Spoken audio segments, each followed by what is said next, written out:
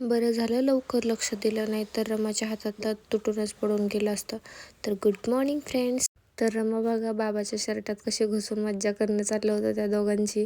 आणि नंतर रमाला मी जेवायला चारवायला घेतलं, तर इकडे बघा बाबाचा डान्स बघत बघतच जेवण चाललं होतं. आणि मी जसा व्हिडिओ काढायला गेला तसा तर बाबा तर पळाला. यूट्यूबला बघून टॅन रिमूव्हल क्रीम बनवायचा प्रयत्न केला, पण तो प्रयत्न फसला. अजिबात त्याचा काही उपयोग झाला नाही. इकडे रमाबाळाला मस्त असे मी कपडे घातले होते. रमाबाळाच्या आत्याने हा ड्रेस आणला होता तिला काही इतके दिवस घातला नव्हता, पण आज घालून बघितला कसा दिसतोय वगैरे, तर छानच दिसत होता.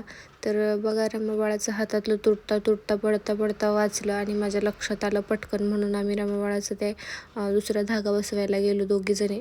तर आमचं ससा कशा दिसते गोड गोड छान आहे ना, त्यामुळं तर पटकन गेलो आम्ही तिकडे आणि त्या काकूंकडून आम्ही ते गोठवून घेतलं परत एकदा हातातलं तिच्या आणि तिच्या हातात घालून घेतलं. तर रमाबाळाला त्या बोलत होत्या.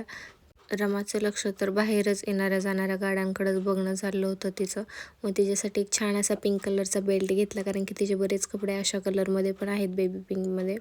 मग तिला बेल्ट घेतला एक छान असा आणि आम्ही निघालो. तर मी पुढं चालले, तर रमाबाळ आणि तिचे बाबा तर राहिले मागच आणि मी एकटीच पुढं चालले.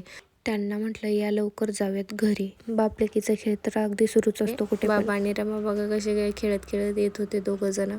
तर मग आम्हाला घरी सोडलं बाबांनी आणि बाबा गेला बाहेर. तर आम्ही दोघी मस्त बसलो होतो घरी. तेवढ्यातच अचानकच अनिकेतचं प्लॅन झालं. मुक्ताला आणायला जायचं होतं बारामतीला, त्यामुळं मग आम्ही आमचं पण आवरायला घेतलं पटपट. तर रमा बाळाला पण आवरायचं होतं आणि तिचं खाऊ पण बाकी होता. म्हटलं आता काय करू, मम्मीच्या इकडं जाऊन खाऊ चारू की घरीच चारू. तर रमा बाळ पण आलं होतं झोपीला. मग थोडा वेळ तिला झोपवलं मस्त असं आणि मी बाकीची तयारी करायला घेतली. आणि आम्ही रात्री बघा निघालो. तर पूर्ण पॅक केलं रमाबाळाला मी. थंडी खूप आहे त्यामुळं तिला तोच स्वेटर घातला मी. आणि जाता जाता ट्रॅफिक बघा किती लागलं होतं, इतकं डेंजर ट्रॅफिक लागलं होतं आम्हाला. जिथं 10 मिनटात आम्ही पोचतो तिथं अर्धा तास लागला पोचायला.